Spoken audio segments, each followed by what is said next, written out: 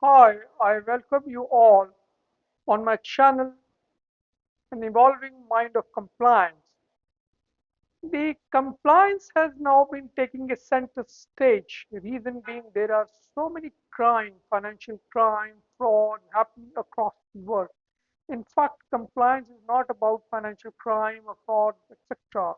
It is compliance is necessary in each and every aspect of life. Let's say, for example, when you drive the car over a road, to avoid any accident, you have to follow the rules. Like you shouldn't jump the red light. You should have when you are changing the lane, you should have an indicator. Look at the shoulder check the blind spot, etc. So that is a kind of a compliance you have to follow while driving. Similarly, in families also, when we are child, our parents have certain set of rules. Even if when we grow up, we have sorry, when we have compliance to follow. Like I'll get up at this time, we'll do this that time. In the office also, I will observe the timing, and then I'll come back home and all those things. So compliance is a very paramount important. We must not dwarf it by simply a word called compliance. It has got a huge meaning. So, but I am being from the financial crime compliance. My focus would be around giving you the financial crime aspect. So today I will be giving you the financial crime aspect in the cryptocurrency. But before I move ahead with the cryptocurrencies financial crime compliance aspect, I must give you a brief overview of what is cryptocurrency, what is digital asset, what is virtual assets, and all those things. See, first of all, we must understand the cryptocurrency is a digital currency which has used the technology called cryptography for its formation. Let's say, for example, you have a $100 note in your hand. That is a physical currency, which is also called a fiat currency. Similarly, this particular currency is made in a digital form by cryptography. Like, how do you have a transaction in your banking account? Like when you withdraw the fund, the accounting ledger of your bank states that there is a debit. If there is a debit, it happened. If there is a credit, it is. So the ledger entry is taking place in the accounting ledger of the bank. So similarly, this cryptocurrency, which is a digital representation, also requires ledger for their entries. So the technology which registers this cryptocurrency transaction, it is called as blockchain technology or a distributed ledger technology.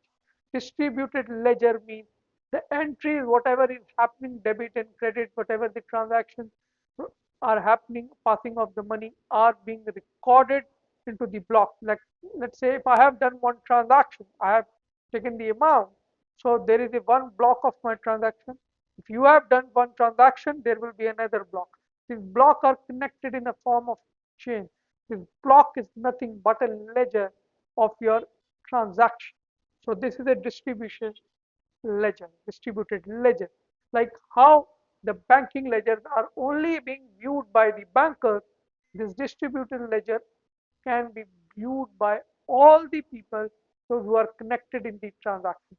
And these blocks are so beautifully connected that this block, let's say if I have done the transaction, my block will always have an information of the block which is prior to me.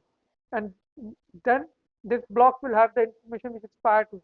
So in this way, it is immutable. You cannot mute them, you cannot change them. Therefore, the movement of the currency, which is called cryptocurrency, it is quite safe. Secondly, how it is different than cryptocurrency and digital assets or virtual assets, what you call. See, cryptocurrency is one aspect of the digital assets or virtual assets. Digital asset could be like if you have a land and you have done a tokenization of that land and you are selling that token of that land. Means one token is equivalent to equivalent to your land. The value of the token will be equivalent to the value of your land. So that is a tokenization, that is also digital. Similarly, NFT, non-fungible token. The non-fungible token are still not considered as a cryptocurrency because what are non-fungible tokens? Non-fungible tokens are the tokens which, like an artist, musicians, convert their creativity, their painting, their music into a token. And the token could be, and the investors, like say for example, I am an investor in art. I'll invest to that to buying that token, and I have invested into the particular art. So that is NFT. Now there comes in a cryptocurrency. There is a one very famous coin which is called as Bitcoin. Any other coin other than the Bitcoin is called as altcoin in the cryptocurrency. And there is another kind of a coin which are called a stable coin. The stable coin is nothing, they are attached to a value of a particular commodity. Let's say, for example, one coin, this is a stable coin, it might be attached to the price of the gold, as it will be linked to the price of the gold. As the gold prices move, its prices move. Gold prices fall, its prices. They are exactly this pricing of this particular coin will be exactly the replica of the gold price. Similarly, certain stable coins are exact replica of the fiat currency, like 100 US dollar, it will also have an 100 US dollar value. It's like stable coin, like central bank digital currencies, which is coming up now. So those central bank digital currencies are nothing but a digital representation of the currency of the fiat currency. So that would be moving again on a blockchain technology. There are there are various blockchains. The five major blockchains are Bitcoin, Ethereum, and Quorum, Corda, Hyperledger, and out of these, two blockchains have its own native coins. Like Bitcoin has its own Bitcoin, Ethereum has got an Ether. And there are plenty of cryptocurrencies like Ethereum, Monero, Bitcoin, and Litecoin. So there are plenty of these cryptocurrencies. Now, how these are being done? The cryptocurrencies are being hosted over a wallet. There are two kind of a wallet, maybe centralized wallet which are controlled by a particular exchange, or there could be a decentralized wallet. That's in a peer-to-peer transaction. I hold one wallet, you hold one wallet, irrespective of one central agency, and the transaction happens over the blockchain. It is being authenticated by the people, those who are connected to the blockchain. There are certain kind of people, those who are miners, those who authenticate the transaction happening over the blockchain, and the transaction takes place. There are approximately 6 stages in the blockchain, or means the cryptocurrency transfer. That is almost 6 stages. Similarly, there is a kind of a centralized, like for example, this there is an exchange house, or let's say there is a bank or exchange house. It provides a hosted wallet. I host it on my mobile, you host it on your mobile, and these are the exchange houses. These are also called as virtual asset service providers. And through these exchanges, the money flows. Let's say if I have to send the money to you, the money will first go to this exchange and then to you, and from there to there.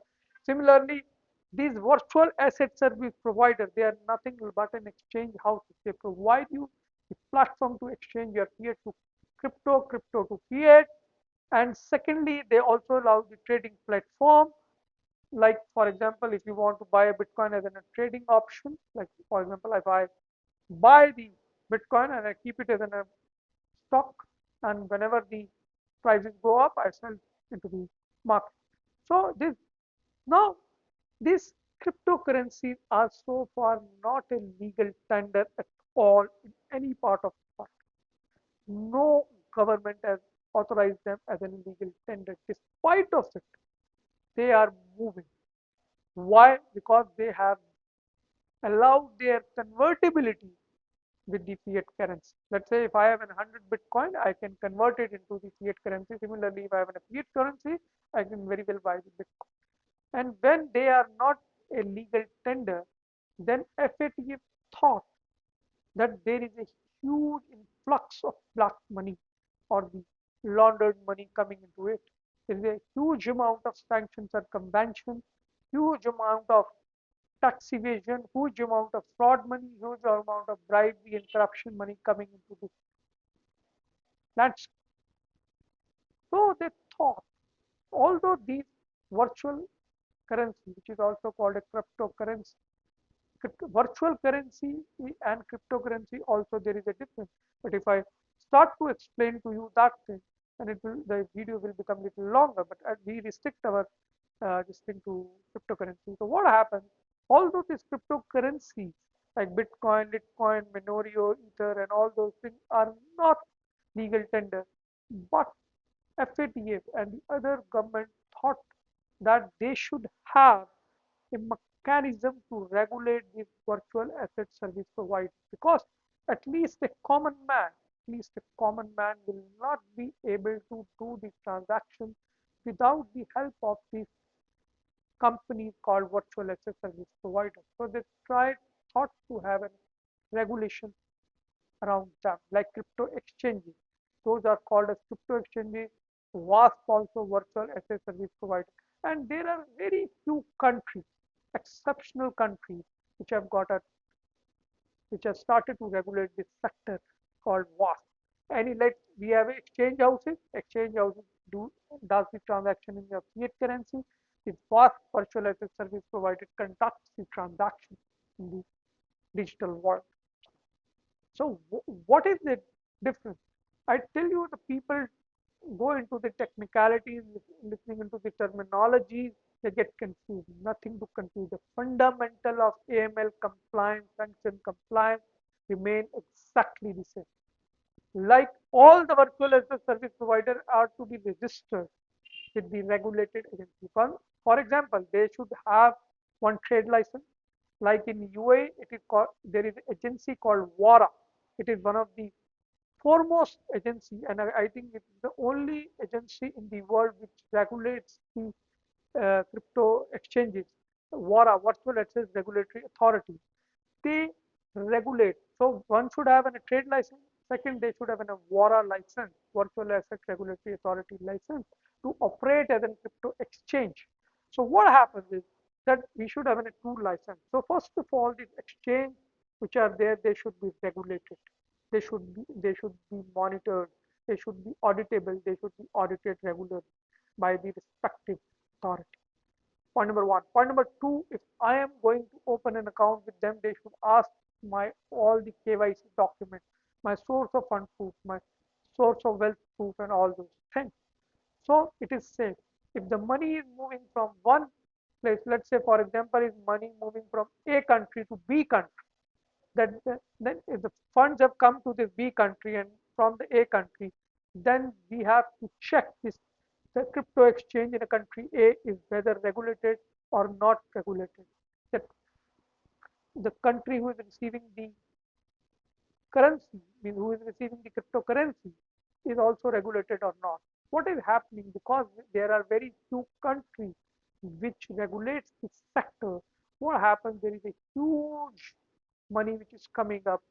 Let's say, for example, if I go to a country A and that country is not regulated, I can give them I can give them millions of amount of money, and they will convert the equivalent amount. My money source of fund may be illicit. So what would happen is so these launderers, what they do is they have a plenty of money from the predicate offenses, and they give them the money to this virtual asset service provider because they don't have source of fund proof. They don't ask because they are not supposed to ask them, and they transfer equivalent amount of cryptocurrency to country B. What happens is country B, the person who is there acting on behalf of that launderer collects this cryptocurrency. And in fact, what happens is further, the person who is there in the country B will not collect the amount in cryptocurrency. They'll ask them to give it in cash. And this work, when it is not regulated, is getting huge amount of cash from the other launderer, so they have a bulk cash. They will give you the cash amount. They will give you the cash, and this cash, what happens then, this the person who is in country B, who is acting on behalf of launderer in country A, will make some fictitious invoice, some fictitious document and facilitate the placement of that amount into the bank or a financial institution. And then they can utilize the money as it has become legitimized. I call it as an sea scare or a saga of sea, where cash and crypto are handing in glove, particularly the, in countries where the crypto exchanges and cash are not well regulated. So I want to make it very clear to each one of you that do not confuse with this high technical word, the cryptocurrency, altcoins, stable coins, different kind of blockchains and all those things. I try to make the blockchain, I try to make it clear what is cryptocurrency. It is nothing, it is just a movement of fiat currency in a real world. It is just a movement of uh, a digital currency in a digital world. It is the fundamental of compliance will always remain the same, like KYC, source of funds, source of wealth, and whenever you are taking the money for conversion of crypto to from fiat to crypto, crypto to fiat, you should ask for the documentation when you are receiving, let's say, if exchange outsending, crypto exchange is sending the money to my crypto exchange or to any other crypto exchange or to crypto exchange in country A, B, C, D, wherever it is, then we should have a proper documentation as we take it in a conventional transaction as and then the transaction monitoring system trackability, traceability of the transaction will always remain same. There could be minuscule of differences when we deploy the scenarios as it may be sector specific scenarios. Like for example, we have a sector specific scenarios for gold sector, for insurance sector, for real estate sector. Similarly, there could be certain thresholds, certain things during this scenario setting that could be sector specific. Otherwise, everything will remain the same. So I hope I made it little simpler for you to understand what is cryptocurrency, what is stable coin, what is odd coin, what is blockchain. And I request each and every one of you to kindly share my video, like my video, comment on my video so that it motivates me to have more videos on a relevant topic, on a current topic, and we should have an exchange of knowledge so that we could have a better compliant society and we could have a better world. Kindly note, a single penny laundered, there is a victim behind it. So we are all as soldiers in fight against this menace of financial crime, and we have to save this world. So it is a noble cause to have an information, to have an exchange of knowledge. Therefore, as a part of noble service and for my motivation, please like, share, and comment on this video. Thank you very much.